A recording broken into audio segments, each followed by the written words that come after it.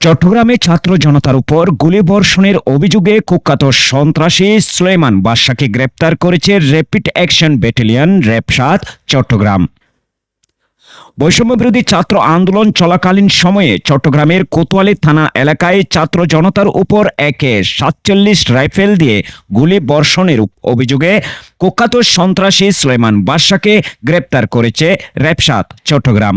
বুধবার মধ্যরাতে নোয়াখালী থেকে গ্রেপ্তার করা হয় তাকে।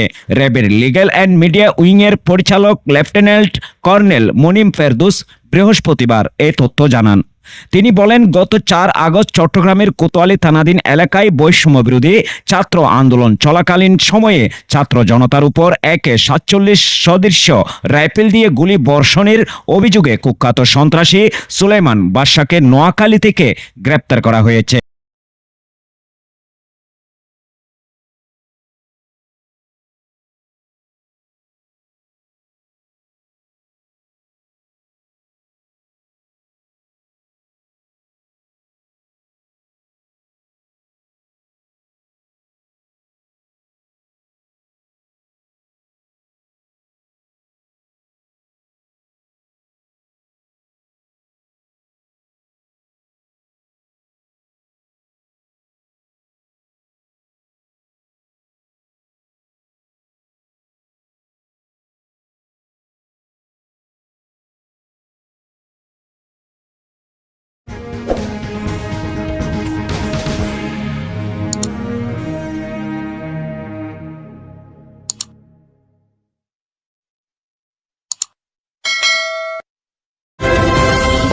বাংলা নিউজ 21 চেতনায় সত্য প্রকাশে অঙ্গীকারবদ্ধ।